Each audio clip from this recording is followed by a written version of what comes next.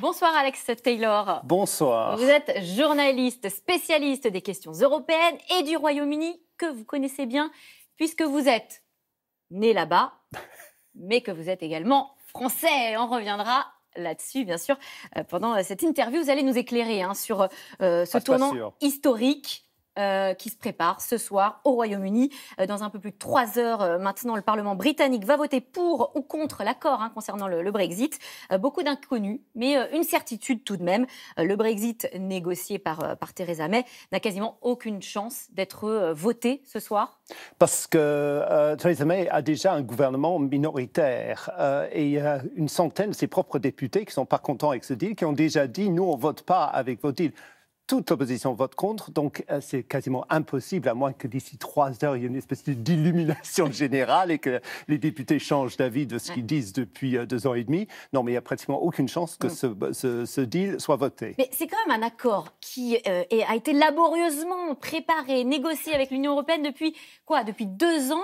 Et ça bloque toujours. Qu'est-ce qui bloque principalement? Dites-le aux députés. Non, le problème de fond, c'est que les Britanniques ne savent pas ce qu'ils veulent. Sur le papier, c'était marqué, est-ce que vous voulez rester dans l'Union européenne ou est-ce que vous voulez partir? C'était pas expliqué ce que ça voulait dire. Les Brexiteurs, oui, on dit toutes les choses, on promis monts et merveilles. Et maintenant, on en vient parce qu'on est à 2 mois et quelques semaines de la sortie le 29 mars prochain. 73 jours exactement. Voilà, c'est ça, 73 jours. Et pour le moment, ils savent toujours pas ce qu'ils veulent. Et on en voit aujourd'hui les conséquences concrètes, c'est-à-dire il y a un vote, il faut qu'ils votent pour ou contre, et c'est le branle-bas de combat. Absolument. Alors, pour bien comprendre justement ce qui va se passer, on va revenir sur les différents scénarios imaginables en cas d'accord rejeté, ce qui est donc le plus probable, vous venez de le dire. On sait que Theresa May, a priori, va devoir fournir un plan B très rapidement, en quelques jours. Si on prend la première option, la plus rédhibitoire, un rejet massif de cet accord, que se passe-t-il, Alex Taylor? Est-ce que ça veut dire que c'est forcément un no deal qui est acté, donc une sortie pure et simple le 29 mars? Non, pas du tout. En conditions normales, un Premier ministre qui est tellement désavoué par ses propres députés démissionnerait. Mais on n'en est plus là. La démission, elle est possible? Non, je ne pense pas. Parce qu'elle a déjà fait savoir, il y a un hélicoptère qui est prêt à prendre l'air, à décoller pour aller à Bruxelles demain matin pour essayer d'avoir encore des concessions. Ce fameux plan B. Ce plan B, voilà. Sinon, il peut y avoir un deuxième référendum, c'est possible aussi, parce qu'il faut savoir que le nœud du problème, si j'ai bien compris, parce que j'essaie moi aussi de comprendre des trucs, les Britanniques n'y comprennent rien du tout, en fait, c'est qu'il y a un référendum où 52% des Britanniques ont voté pour Leave, et on ne sait pas quel Leave. Leave, ça veut dire sortir. Partir de l'Union européenne. Mais ils ont également, l'année dernière, voté un Parlement où 70% des députés ne sont pas du tout favorables au livre. Donc, en fait, c'est le peuple contre le Parlement. Et en même temps, pourquoi est-ce qu'il y a cette grande hésitation? C'est aussi parce que les conséquences, même si elles sont inconnues pour l'instant, sont effectivement très, très inquiétantes. On parle, je cite, de chaos économique, juridique.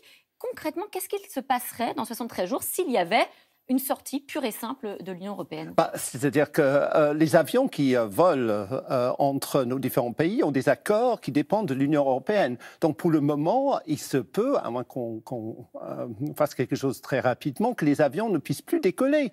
On en est là. Il y aurait des contrôles de tous les, tous les produits. Non, oui, voilà, c'est ça. Et si un camion, par exemple, il y a 2 minutes de contrôle d'un seul camion, ça fait 12 heures d'embouteillage dans le Kent et aussi dans le Nord-Pas-de-Calais. Parce qu'il y a 10 000 camions, en gros, qui traversent la Manche chaque jour. Je ne sais pas si vous avez remarqué, mais c'est une île, donc ils ont besoin que la nourriture et 50% des produits dans les supermarchés. Et aussi des tarifs qui vont tout de suite, normalement, s'appliquer sur tout ce qui est alimentation. Ça veut dire des coûts exorbitants? Des coûts exorbitants, des prix qui vont augmenter dans les magasins, et aussi les droits de 5 millions de personnes. Je vous avais dit que j'ai la chance d'être devenu français. Je suis très fier d'avoir ma nouvelle carte d'identité française. Que vous avez eue il y a un an. On va vous voir. D'ailleurs, vous avez tweeté une photo en sortant de la préfecture avec le passeport. J'étais accueilli par les chœurs de l'armée française, chantant la Marseillaise. J'étais très, très content. Mais il y a 5 millions de personnes qui, dans 2 mois, ne savent pas s'ils ont toujours droit de travailler là où ils sont, de rester chez eux, on en est là,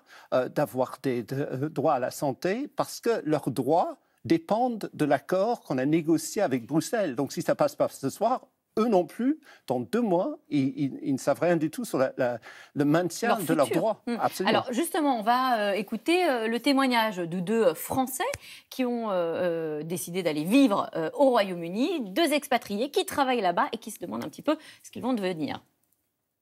Les contrats de travail, je ne sais pas s'il y aura des modifications ou si les conditions seront les mêmes. Donc je suis un peu dans le noir et je suis même carrément dans le noir et dans le flou et je sais pas comment ça va m'affecter du tout, quoi. On a du bois qui vient de Suède ou des composants électroniques qui viennent d'Allemagne. Donc s'il y avait par exemple un Brexit dur, mes produits d'importation pourraient devenir plus chers. Donc les Français qui sont sur place, est-ce qu'ils vont pouvoir continuer à travailler ? Évidemment, enfin, on dit que oui, parce que de part et d'autre, les Britanniques, Theresa May a dit on va continuer à vous laisser travailler en Grande-Bretagne. Mais le problème, c'est qu'est-ce qui se passe dans l'avenir. Parce que si moi j'ai pu venir en France, c'est que je bénéficiais de la libre circulation des personnes. J'ai toujours eu exactement les mêmes droits que les Français. Et ce qui est terrible dans ce Brexit, c'est que les jeunes ne pourront plus faire ce que moi j'ai pu faire. Et même les gens ne comprennent pas. Par exemple, ce matin, j'ai écouté à la radio un Britannique qui avait voté le Brexit, appeler une émission de radio, comme il faut le faire, pour dire « Ah ben, je regrette mon choix, s'il y a un deuxième référendum, j'aimerais bien revoter. » Pourquoi ? Parce qu'il veut prendre sa retraite en Espagne et il a voté pour empêcher que les Européennes viennent en Grande-Bretagne, mais il ne s'était pas rendu compte que ça s'appliquait aussi dans les 2 sens, qu'il ne pourra plus aller en Espagne pour prendre sa retraite. Vous évoquez la question du référendum et c'est une question qui est de plus en plus évoquée. Un second référendum. Est-ce que c'est une piste crédible ou est-ce que les gens jouent à se faire peur ? Moi, mon avis, c'est que si on fait un deuxième référendum maintenant, parce que déjà démographiquement, avec tous les vieux, parce que c'est les vieux qui ont voté pour le Brexit, et les jeunes qui ont maintenant l'âge de voter, déjà démographiquement, ça balance de l'autre côté. Je pense que ça ferait dans les 55-45 pour rester, parce que les gens commencent à avoir peur. Pour rester dans l'Europe. Oui, bien sûr. Mais à mon avis, ce ne sera pas assez pour complètement crever l'abcès de cette crise identitaire. Il faut que les Britanniques sortent de l'Union européenne. Il faut qu'ils voient. C'est peut-être sympathique de sortir de l'Union européenne. Mais quitte à revenir ensuite, ça ne va pas être possible. Quitte à revenir dans 10 ans, à mon avis, si les Britanniques, si Theresa May n'est plus là, si tous les vieux qui ont voté le Brexit ne sont plus là, il se peut. Parce que moi, j'ai connu mon pays dans les années 70. Pendant 10 ans, on a quémandé pour venir parce que c'était l'homme malade de l'Europe économiquement. Alors, si sortir de l'Union européenne, moi, j'en sais rien, mais si c'est économiquement aussi mauvais que pratiquement tous les experts le disent, dans 10 ans, avec d'autres gouvernements, ils vont peut-être dire, alors tenons-nous prêts, parce que je suis français maintenant, toc toc, est-ce qu'on peut revenir ? Autre piste, reporter la date fatidique du 29 mars pour se laisser le temps de la réflexion, dit-on. Le temps de la réflexion, ça fait 2 ans et demi qu'ils réfléchissent, on en est toujours là ce soir. Le problème, encore je vous dis, c'est que les Britanniques ne savent pas ce qu'ils veulent. Déjà, entre Brexiteurs, ils se disputent à longueur de temps. Mais encore faut-il trouver une solution. Vous dites Theresa May s'envole demain, elle part à Bruxelles en hélico. Alors qu'est-ce qui va se passer ? Je ne sais pas ce que les Européens pourront lui proposer, qu'ils ont déjà fait d'énormes concessions avec ce backstop, le filet de sécurité, qui veut dire plus ou moins que la Grande-Bretagne et l'Irlande du Nord peuvent rester dans le marché unique sans faire ce que tous les autres pays de l'Union européenne font, c'est-à-dire payer pour être dedans, pour être dans la même union douanière. Donc ça, on leur a accordé cette gentillesse à ce pays qui part. Pas de frontière physique entre les 2 Irlandes. Oui, ça c'est parce que dans les années 70, par exemple, c'était la frontière la plus armée d'Europe. Donc on ne va pas revenir là-dessus. Eh bien, merci Alex Taylor. Je vous ai éclairé. Mais oui, vous nous avez éclairé. Et puis surtout, on va suivre le vote de ce soir. Et évidemment, dans la foulée, les résultats qu'on devrait avoir très rapidement. Tout de suite, c'est dans l'air avec Caroline Roux qui revient sur le coup d'envoi de la grande consultation nationale par Emmanuel Macron cet après-midi. Le président de la République s'exprime et a écouté plus de 600 maires normands. Caroline Roux et ses invités répondent à toutes vos questions.